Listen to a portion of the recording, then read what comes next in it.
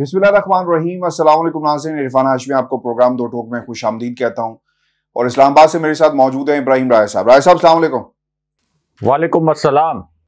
राय साहब, आज दो खबरें हैं और दोनों जीएचक्यू से मुतल्लिक हैं। खान साहब ने कुछ सवालात पूछे और जीएचक्यू से कुछ उनके जवाबात भी आ गए और फिर जवाबुल जवाब भी जो इस हवाले से आज प्रोग्राम में हम शामिल करेंगे। ये सवालात क्या थे और इसका क्या जवाब आया, और फिर पंजाब के अंदर भी कुछ डेवलपमेंट्स हुई हैं और एक बहुत ही इंटरेस्टिंग खबर है, ये भी आज प्रोग्राम में हम शामिल करेंगे। लेकिन सबसे पहले आपको बताते चलें राय साहब, ये जो जीएचयू से मुतालिक दोनों खबरें हैं, इसमें क्या कहा गया खान साहब की तरफ से पिछले 2-2.5 माह का जो बयानिया है, और फिर आगे से जवाब क्या आया, और खुसूसन इंतखाबात के हवाले से क्या जल्द इंतखाबात होंगे, इमरान खान साहब और इस्टेब्लिशमेंट का मौक़िफ़। बाज़ लोग ये कहते हैं कि शायद मायूसी का उन्हें सामना करना पड़ेगा जो पार्लियामेंट से बजट की मंजूरी और आईएमएफ के साथ मुआहिदा होने के बाद मिलिट्री इस्टेब्लिशमेंट की मुदाखलत से इलेक्शन की तारीख के मुमकिना ऐलान की तवक्को कर रहे हैं। बजट भी आ गया। जीएचक्यू का जवाब पढ़ रहे हैं ना आप? ये जीएचक्यू का जवाब जी। अच्छा, फिर सियासी और दफाई हलकों के साथ पस मंजर में होने वाली बातचीत में जो खबर है हमारे पास, उसमें लिखा गया कि मालूम होता है कि पीटीआई के एस्टेब्लिशमेंट के खिलाफ जारहाना लबो लहजे के बावजूद इमरान खान की जेर क़यादत जमात पीटीआई में कुछ लोग ऐसे भी हैं जो ये समझते हैं कि शहबाज शरीफ की जेर क़यादत हुकूमत पर फौज दबाव डालकर जल्द या बदेर अपोजिशन का मुतालबा करेगी, इलेक्शन का मुतालबा करेगी, और शायद ऐसा हो सकता है कि कहा जाए कि अब बजट भी आ गया और अब मुल्क के अंदर इलेक्शन करवाया जाए।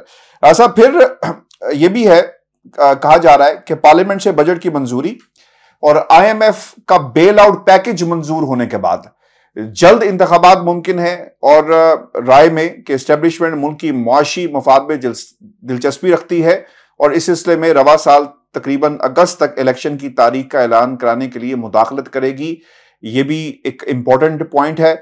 और फिर एक जिस दिफाई सोर्स को कोट किया गया, वो कहते हैं कि ऐसी अफवाहों को मुस्तरद करते हुए यकीन दहानी कराई गई है पाकिस्तान की एस्टेब्लिशमेंट की तरफ से कि ऐसी तमाम तर तवक्कुआत गुमराह कुन हैं और पूरी नहीं होंगी।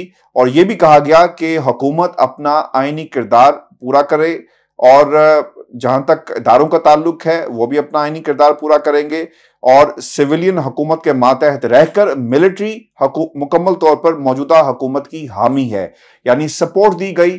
और ऐसा वो जो कहा जाता था ना कि हम मुदाखलत नहीं करेंगे, हम न्यूट्रल रहेंगे और हमें सियासत से दूर रखा जाए, ये भी नुक्ता जो है वो आ गया। फिर ये भी इंपॉर्टेंट चीज है राय साहब कि जो लोग फौज से तवक्को करते हैं कि वो सियासी बन जाएगी और सियासी मामलात में जानिबदारियत का मुजाहरा करेगी, इन लोगों को ये जान लेना चाहिए, ये पैगाम दिया गया है कि इदारे ने फैसला कर लिया कि वो सियासी लिहाज से गैर जानिबदार रहेंगे और इस फैसले से हटने का अब सवाल ही पैदा नहीं होता।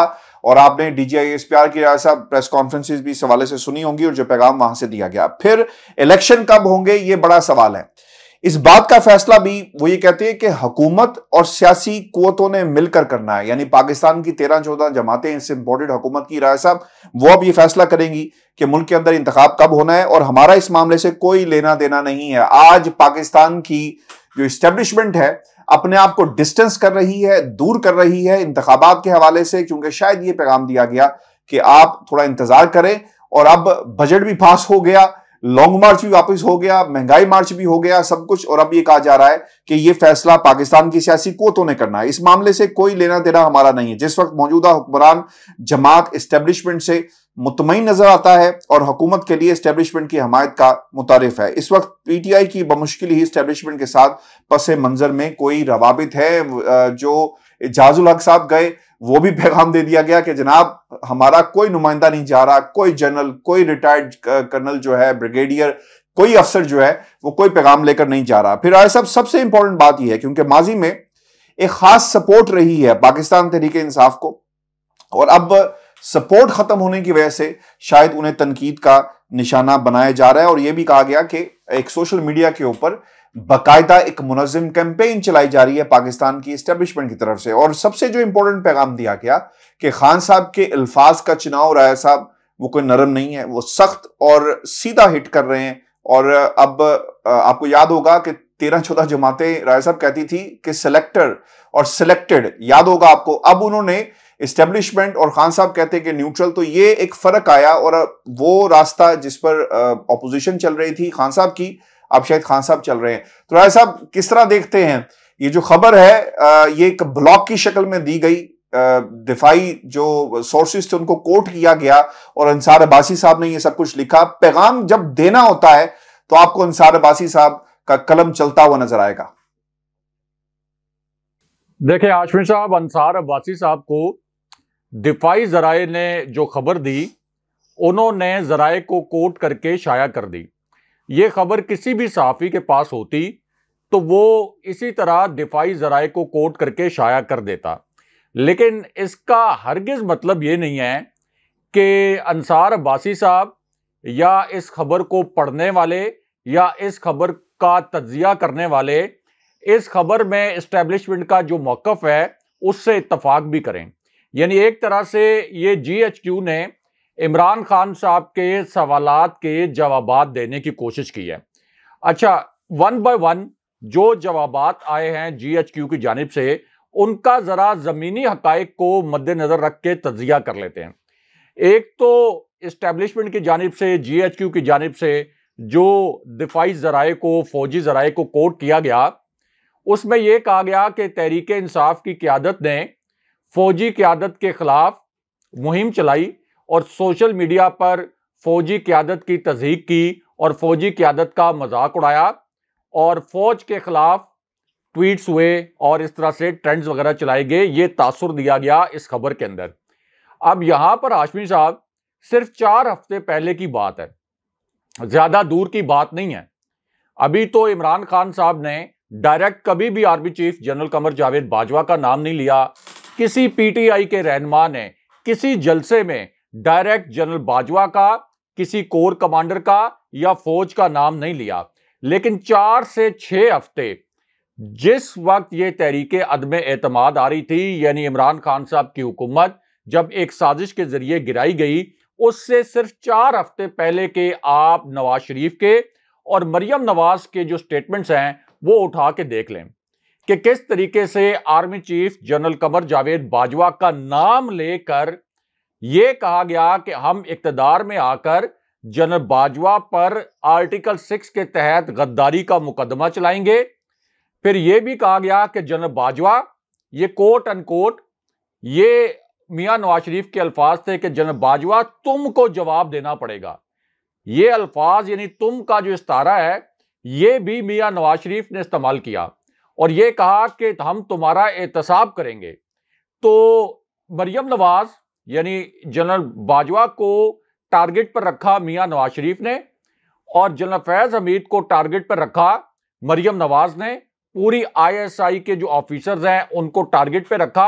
2-3 और ऑफिसर्स भी हैं, उनका मरियम नवाज ने नाम लिया और फिर फौज के मुतल्लिक ऐसी ट्वीट्स भी की कि कभी ये कहा कि पंजाब के अंदर फौज के खिलाफ बगावत हो गई है। यहां तक कि जिस मामले पर पाकिस्तान की रियासत और पाकिस्तानी अवाम बहुत ज्यादा हसास है, यानी आज़ाद कश्मीर, वहां भी उन्होंने ये ट्वीट किया कि आज़ाद कश्मीर में फौज के खिलाफ बगावत हो गई है, फौज के खिलाफ नारे लग रहे हैं। इस तरह के नारे लग रहे हैं जैसे मकबूजा कश्मीर में भारतीय फौज के खिलाफ लगते हैं। फिर गिलगित बल्तिस्तान में मरियम नवाज गई तो पूरा एंटी फौज बयानिया और एंटी बाजवा बयानिया और एंटी फैज बयानिया लेकर वो गई थी गिलगित बल्तिस्तान के इलेक्शन में और उन्होंने पूरा इलेक्शन एंटी आर्मी बयानिए के ऊपर लड़ा था। अब आप जाहिर है कि सवाल तो उठता है, आप जरा इस पूरी सिचुएशन को एनालाइज करें कि तहरीके इंसाफ ने फौज के खिलाफ या army chief general Qamar Javed Bajwa के खिलाफ कैंपेन चलाई है या मुस्लिम लीग नून ने चलाई है, या अगर आप ये कहते हैं कि PTI के लोग इस वक्त मौजूदा एस्टेब्लिशमेंट से या फौजी क़यादत से या DG ISPR से गिले शिकवे कर रहे हैं, आम लोग भी गिले शिकवे कर रहे हैं कि जो साजिश हुई थी एक मुंतखब पाकिस्तानी हुकूमत को गिराने के लिए, आपने उस साजिश को रोकने में जो आपका किरदार था, जो आपका फर्ज था, जो आपकी जिम्मेदारी थी, यानी ISI की, MI की जो मिलिट्री इंटेलिजेंस है इसी तरह फौज के दीगर ज़ैली इदारों की या सिविल इंटेलिजेंस इदारों की उस साजिश को नहीं रोका गया, ये बार बार खान साहब कहते हैं। तो लोग जो सवालात पूछ रहे हैं, आम लोग और पीटीआई के लोग, वो तो सवालात सिर्फ इस साजिश के मुतालिक पूछ रहे हैं। कोई आपके ऊपर इल्जामात किसी मुनज़्ज़म कैंपेन के तहत नहीं लगाए जा रहे। और सवालात कौन पूछ रहे हैं? ऐसे लोग पूछ रहे हैं जो सिर्फ आज से 2 महीने पहले आपको इतना ज्यादा सपोर्ट करते थे कि जिस वक्त मियां नवाज शरीफ और मरियम नवाज हमारी फौज के ऊपर इस तरह के गलीज इल्जामात लगा रहे थे, तो यही अवाम और यही पीटीआई के लोग उस वक्त आपको डिफेंड कर रहे थे। तो सोचने वाली बात तो यह है कि सिर्फ 2 महीने पहले जो लोग हमें डिफेंड कर रहे थे, जो हमारी फौज को, हमारी फौजी क़यादत को डिफेंड कर रहे थे, इमरान खान साहब खुद कितने खिताबात हैं जहां वो फौजी क़यादत के मुतालिक ये कह रहे थे कि असल में फौजी क़यादत को निशाना बनाना इस तरह से है कि एक साजिश है जो कि मियां नवाज शरीफ ने लंदन में बैठकर की थी। तो अब जो लोग सवालात उठा रहे हैं उसको किसी भी सूरत कंपेयर नहीं किया जा सकता जो कैंपेन मियां नवाज शरीफ और मरियम नवाज ने एक साजिश के तहत की थी, फौज के खिलाफ पूरी फौज को निशाना बनाया था। दूसरा सवाल लोग ये पूछते हैं कि मियां नवाज शरीफ और मरियम नवाज के खिलाफ फौज ने क्या एक्शन किया, मियां नवाज शरीफ और मरियम नवाज की जुबाबंदी के लिए क्या एक्शन किया गया, या मियां नवाज शरीफ और मरियम नवाज जब फौज के खिलाफ कैंपेन कर रही थी तो उस वक्त डीजी आईएसपीआर का कौन सा स्टेटमेंट आया, या ये जो अंसार अब्बासी साहब ने स्टोरी दी है, क्योंकि आईएसपीआर के पास 2-3 तरीके होते हैं जब उसने अपना वर्जन देना होता है। उनमें से एक तरीका यह होता है कि जब आपने प्रेस कॉन्फ्रेंस ना करनी हो, जब आपने ट्वीट ना करनी हो, जब प्रेस कॉन्फ्रेंस के अंदर किसी मखसूस सहाफी से सवाल करवा के उसका जवाब ना देना हो, तो फिर आप इस तरह से सहाफियों को खबर देते हैं और वो खबर फिर अखबार में शाया हो जाती है और टीवी पर नशर हो जाती है। तो जाहिर है कि अंसार अब्बासी साहब को जो खबर मिली ये किसी भी सहाफी के पास होती, उसने ये खबर शाया करनी थी। लेकिन क्या मरियम नवाज, मियां नवाज शरीफ और नून लीग की जो कैंपेन थी उसके ऊपर कोई डीजी आईएसपीआर का जवाब आया था? क्या ख्वाजा आसिफ का जो इस वक्त एक वीडियो वायरल हुआ है उसके ऊपर डीजी आईएसपीआर का कोई स्टेटमेंट आया है जिसमें वो पाक फौज पर संगीन तरीन इल्जामात लगा रहे हैं? परवेज रशीद के जो फौज मुखालिफ बयानात रिसेंटली जो आते रहे हैं उसके ऊपर डीजी आईएसपीआर का कोई स्टेटमेंट आया है? इस किस्म का कोई स्टेटमेंट नहीं आया। तो एक तो ये बात तय है कि जिस तरह से नून लीग ने फौज के ऊपर दबाव डाला और फौज के ऊपर बदतरीन इल्जामात लगाए, उनके तो कोई जवाबात नहीं आए। लेकिन ये जो सवालात कुछ किए जा रहे हैं आम लोगों की जानिब से और पीटीआई के सपोर्टर्स की जानिब से और कानून और आइन के दायरे में रहकर किए जा रहे हैं, उनके ऊपर रिएक्शन आ रहा है, कभी जराए से खबरों के जरिए और कभी डायरेक्ट डीजी आईएसपीआर की प्रेस कॉन्फ्रेंस के जरिए। अच्छा, दूसरा जो इसमें कहा गया जीएचक्यू की जानिब से अंसार अब्बासी साहब की खबर में जो उनके तवस्सुस से हमारे सामने आई, उसमें यह कहा गया कि फौज मुकम्मल तौर पर गैर सियासी है और उसका सियासत पर असर व रसूख बिल्कुल भी नहीं है, यानी तासुर ये दिया गया और ना ही वो अपना सियासी असर व रसूख इस्तेमाल करेगी। अब हाशमी साहब, ये तो एक ओपन सीक्रेट है, ये एक खुला राज है, ये कौन तस्लीम करेगा पाकिस्तान में या इंटरनेशनल लेवल पर या दुनिया का कोई भी बंदा, यानी मरीख पर भी अगर कोई मखलूक होगी तो वो भी तस्लीम नहीं करेगी कि पाकिस्तान की फौज का पाकिस्तान की सियासत पर असर नहीं है। ये तो सब जानते हैं।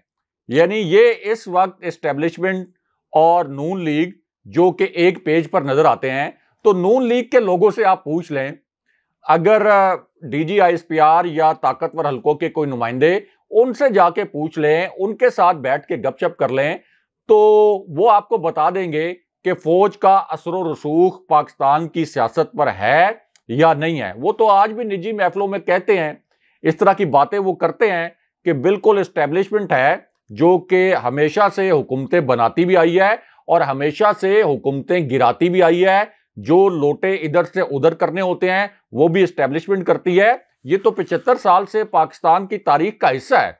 और यहां तक कि army chief general Qamar Javed Bajwa ने एक मर्तबा यह भी कहा था कि हाँ, माजी में बहुत सी गलतियां हुई हैं और अब वो गलतियां नहीं दोहराई जानी चाहिए। तो जाहिर है कि जिस वक्त वो गलतियों का जिक्र कर रहे थे वो यही बात कर रहे थे। क्या परवेज मुशर्रफ ने बाद में एक स्टेटमेंट के जरिए ये तस्लीम नहीं किया था कि मैंने पीपल्स पार्टी और नून लीग को एनआरओ देकर बहुत बड़ी गलती की थी?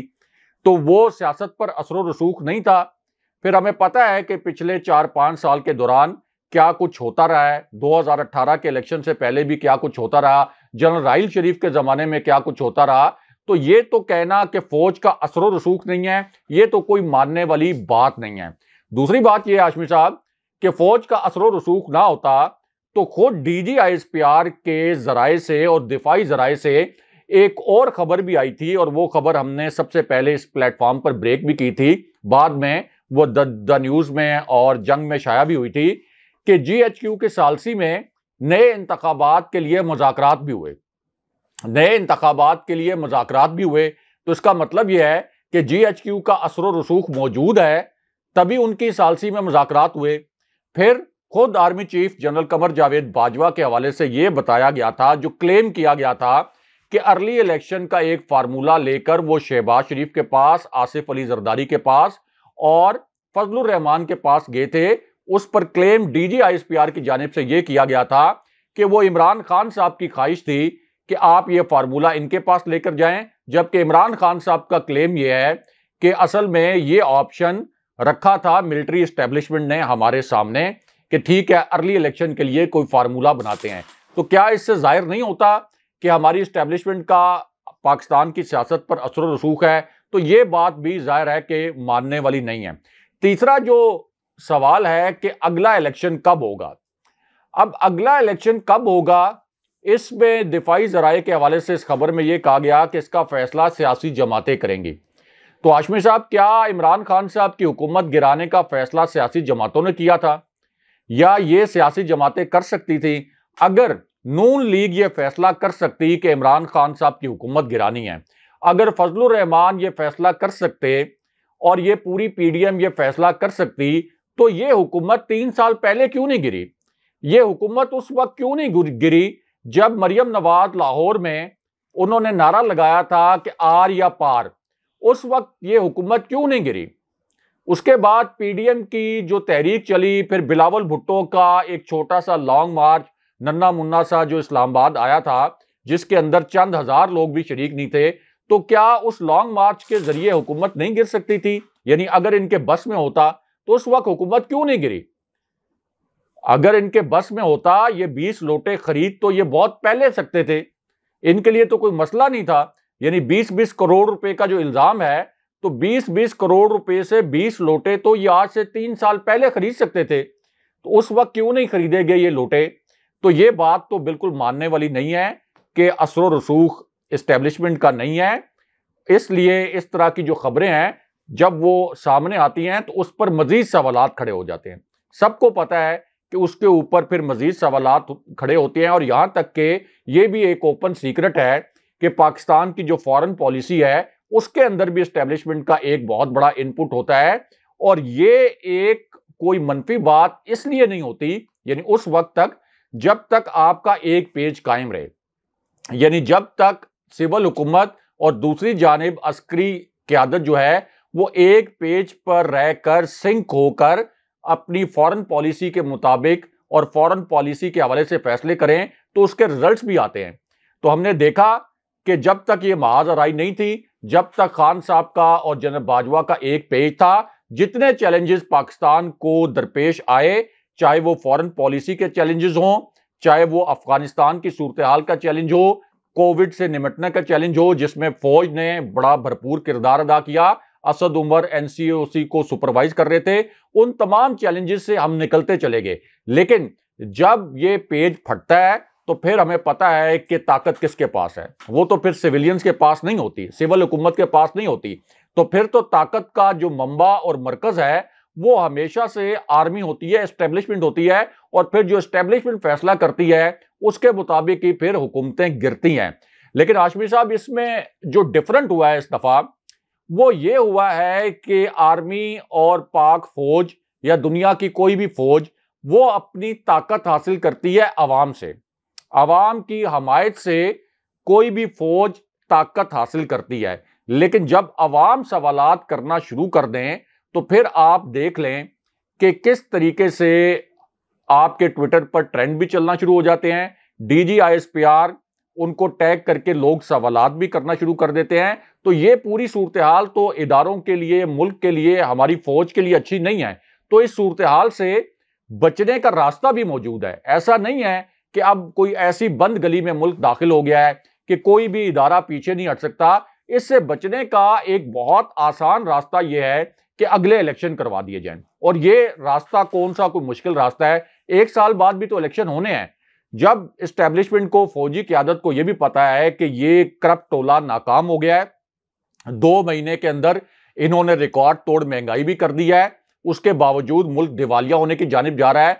तो जब ये सब कुछ पता है तो फिर नए इलेक्शन की राह हमवार करने के लिए एस्टेब्लिशमेंट को अपना असर व रसूख क्यों नहीं इस्तेमाल करना चाहिए? अगर एस्टेब्लिशमेंट अपना असर व रसूख इससे पहले हुकूमतें बनाने और गिराने के लिए इस्तेमाल करती रही है तो मुल्क में इंतशार के खात्मे के लिए, मुल्क को आगे ले जाने के लिए और मुल्क के 22 करोड़ आवाम को इस करप्ट टोले की जानिब से जो महंगाई के कहर का सामना है उससे बचाने के लिए अगले इलेक्शन की राह हमवार क्यों नहीं की जाती? इसका जवाब असल में आना चाहिए।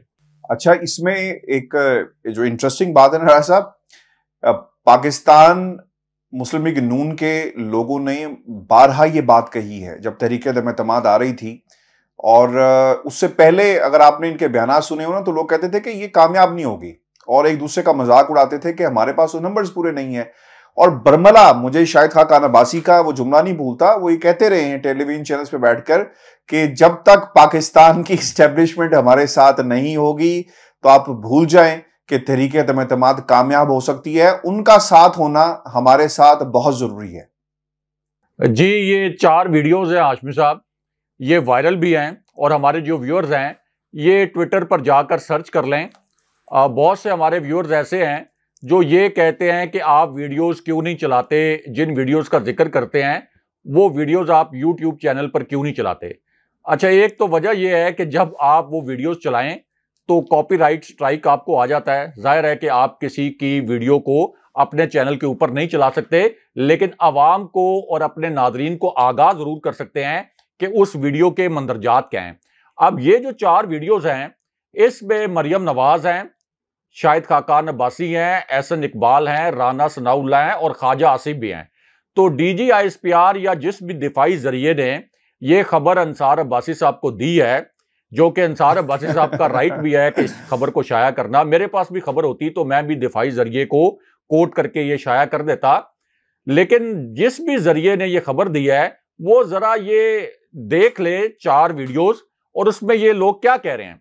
मरियम नवाज ये कह रही हैं तहरीक-ए-अदम-ए-एतमाद आने से सिर्फ 1-1.5 महीना पहले कि नहीं, हम तहरीक-ए-अदम-ए-एतमाद नहीं लाएंगे क्योंकि तहरीक-ए-अदम-ए-एतमाद हमेशा एस्टेब्लिशमेंट की मदद से आती है और एस्टेब्लिशमेंट की मदद से ही कामयाब होती है। फिर अगली वीडियो चलती है शाहिद खाकान अब्बासी की, जिसको जोड़ा गया है। शाहिद खाकान अब्बासी भी कहते हैं कि बिल्कुल तहरीक-ए-अदम-ए-एतमाद के लिए नंबर उस वक्त तक पूरे नहीं हो सकते जब तक एस्टेब्लिशमेंट साथ ना दे। फिर राना सनाउल्लाह कहते हैं कि आसिफ अली जरदारी तो कह रहे हैं एस्टेब्लिशमेंट तहरीक-ए-अदम-ए-एतमाद लाने के लिए, लेकिन असल में इशू ये है कि जब तक एस्टेब्लिशमेंट साथ नहीं देगी उस वक्त तक ये तहरीक-ए-अदम-ए-एतमाद कामयाब नहीं हो सकती। इसी तरह के स्टेटमेंट एहसन इकबाल भी देते रहे हैं। तो पहले तो ये जो दिफाई जराए हैं वो ये वीडियोस देख लें, उससे उनको पता चल जाएगा कि नून लीग क्या सोचती है कि एस्टेब्लिशमेंट की मदद से तहरीक-ए-अदम-ए-एतमाद कामयाब हो सकती है या उसकी मदद के बगैर भी कामयाब हो सकती है। फिर शहबाज शरीफ के मुतल्लिक जो निजी महफिलों में अदम एतमाद के मुतल्लिक वो बातें करते रहे कि किस सूरत में अदम एतमाद कामयाब हो सकती है, फजलुर रहमान क्या कुछ कहते रहे, वो भी सबके सामने है। तो इससे तो साफ जाहिर होता है और साफ सबको पता भी है कि कोई भी ये नहीं कह सकता, इस हकीकत को डिनाई नहीं कर सकता कि एस्टेब्लिशमेंट का पाकिस्तान की सियासत पर असर रसूख नहीं है। और यहां तक हाशमी साहब कई ब्रीफिंग्स हम सहाफियों ने अटेंड की हैं, उनमें ये कहते रहे हैं, खुद एतराफ भी करते रहे हैं, ये कहते रहे हैं कि हमारा असर रसूख मौजूद है सियासत पर। और उस वक्त ये आर्गूमेंट करते थे कि हम इसलिए सियासत पर अपना असर रसूख रखे हुए हैं कि अगर हम इनको इन्फ्लुएंस ना करें, इनको ना रोकें और सियासत को बिल्कुल खुला छोड़ दें तो फिर तो ये सियासतदान पाकिस्तान बेचकर खा जाएंगे। ये इनका अपना मौकफ था। लेकिन अब वही सियासतदान जिनके मुतल्लिक ये कहते थे कि ये मुल्क को बेचकर खा जाएंगे, जिनके मुतल्लिक ये कहते थे कि ये सबसे करप्ट खानदान है, यानी जरदारी खानदान, शरीफ खानदान, जिनके मुतल्लिक हमें बताया जाता था कि फौज के पास इनकी फाइलें मौजूद हैं, ISI के पास इनकी फाइलें मौजूद हैं, आज वही हुक्मरान, इस वक्त वही करप्ट टोला हुक्मरान बनकर इस कौम पर और 22 करोड़ लोगों पर मुसल्लत है। और तासुर यह है कि उन्हें एस्टेब्लिशमेंट की हमायत भी हासिल है। तो इस पूरे तासुर में फिर एस्टेब्लिशमेंट से सवालात होते हैं, और जब सवालात होते हैं तो उनके जवाबात इस तरह की खबरों के जरिए दिए जाते हैं, लेकिन उन जवाबात से लोगों की तसल्ली और तशफ़ी नहीं होती। तसल्ली और तशफ़ी लोगों की तभी होगी कि या तो आप जुडिशल कमीशन बनाकर इमरान खान साहब की हुकूमत गिराने के लिए जो साजिश की गई उसकी तहकीकात करें, उसके नताइज सामने ले आएं, या फिर आप अगले इलेक्शन के लिए अपना किरदार अदा करें। राज साहब, एक पाकिस्तान में एक सर्वे आया है आयरिस कम्युनिकेशन की तरफ से, और इनके सर्वेज पाकिस्तान मुस्लिम लीग नून बहुत मानती है और बाकायदा तौर पर इन्हें स्प्रेड किया जाता है, तकसीम किया जाता है लोगों के अंदर, और जब मौक़िफ़ सामने आता है इनका तो ऑब्वियसली उसके ऊपर सियासत की जाती है। अब इन्होंने एक सर्वे करवाया, और ये सर्वे इसलिए करवाया गया ताकि लोगों के हवाले से पता किया जा सके कि पाकिस्तान के अंदर आवाम क्या चाहती है। इलेक्शन जो इमरान खान का बयानिया है, पहले दिन से इलेक्शन करवाए जाए, असम्बली तोड़ी और कहा कि हम केयर टेकर गवर्नमेंट बना रहे हैं, नाम दे दिए गए और इलेक्शन की तरफ जा रहे थे। अब यही सर्वे पाकिस्तान की आवाम से करवाया गया, पंजाब की आवाम से करवाया गया, मुख्तलिफ शहरों में सवाल ये पूछा गया, तो फिगर्स बड़ी इंटरेस्टिंग आई हैं। और इस सर्वे के मुताबिक 67% लोग ये कहते हैं कि फौरी तौर पर इंतखाबात होने चाहिए, 30% लोग ये कहते हैं कि मौजूदा हुकूमत अपना वक्त पूरा करे, और 3% लोगों ने कोई जो है जवाब नहीं दिया। पाकिस्तान की यानी 67% जो पंजाब की जो आबादी है राय साहब, वो चाहती है कि इलेक्शन होने चाहिए, एक मजबूत गवर्नमेंट बनाई जाए स्ट्रॉन्ग मैंडेट के साथ, जिसे दुनिया क्या पाकिस्तान में तो कोई नहीं मानता ना, बाहर की दुनिया भी नहीं मानती। लॉन्ग टर्म पॉलिसीज अगर गवर्नमेंट नहीं होगी तो कैसे लिया जाएगा। तो ये सर्वे की क्या अहमियत है, खुसूसन अब अवाम ने भी अपना फैसला जो है वो सुना दिया है। हाशमी साहब, ये किसका मौकफ है कि इलेक्शन फौरन कराए जाएं? पाकिस्तान के अंदर कौन सा ऐसा लीडर है, सियासी लीडर, जिसका ये मौकफ है और मुतालबा है कि फौरन इलेक्शन करवाए जाएं? जाहिर है कि वो इमरान खान है और वो जमात तहरीक इंसाफ है। तो 67% लोग ये कह रहे हैं कि फौरन इलेक्शन करवाए जाएं। तो इसका क्या मतलब है? इसका मतलब ये है, और ये सर्वे भी पंजाब में हुआ है, पंजाब जहां नून लीग ये क्लेम करती है कि ये हमारा गढ़ है, हमारा मरकज है और हम पंजाब की सबसे बड़ी जमात हैं। पंजाब में ये सर्वे हुआ और 67% लोग इमरान खान साहब के इस वक़्फ़ की हमायत कर रहे हैं कि फौरन इलेक्शन होना चाहिए। तो इसका मतलब यह है कि पंजाब में खान साहब को 67% लोगों की हमायत इस वक्त हासिल है, और इनका ये जो साजिश का बयानिया है ये बिल्कुल लोगों ने हक सच माना है। और लोग महंगाई से भी तंग हैं। इस करप्ट टोले के मुतालिक जो पहले से तासुर था वो भी लोगों को पता था, और खास तौर पर इस करप्ट टोले ने जो महंगाई का कहर नाजिल किया है उसकी वजह से लोग इस करप्ट टोले से नाला भी हैं। इसका साफ मतलब यह है कि इस वक्त खान साहब की जो पॉपुलैरिटी है, अगर इलेक्शन हो जाए तो फिर 67% वोट या 67% आपकी जो सीट्स हैं वो खान साहब ले सकते हैं, यानी 2/3 मेजॉरिटी। यहां पे हाशमी साहब ये बात याद रखने वाली है, बहुत जरूरी है नोट करने वाली, कि ये सर्वे आया है पंजाब से।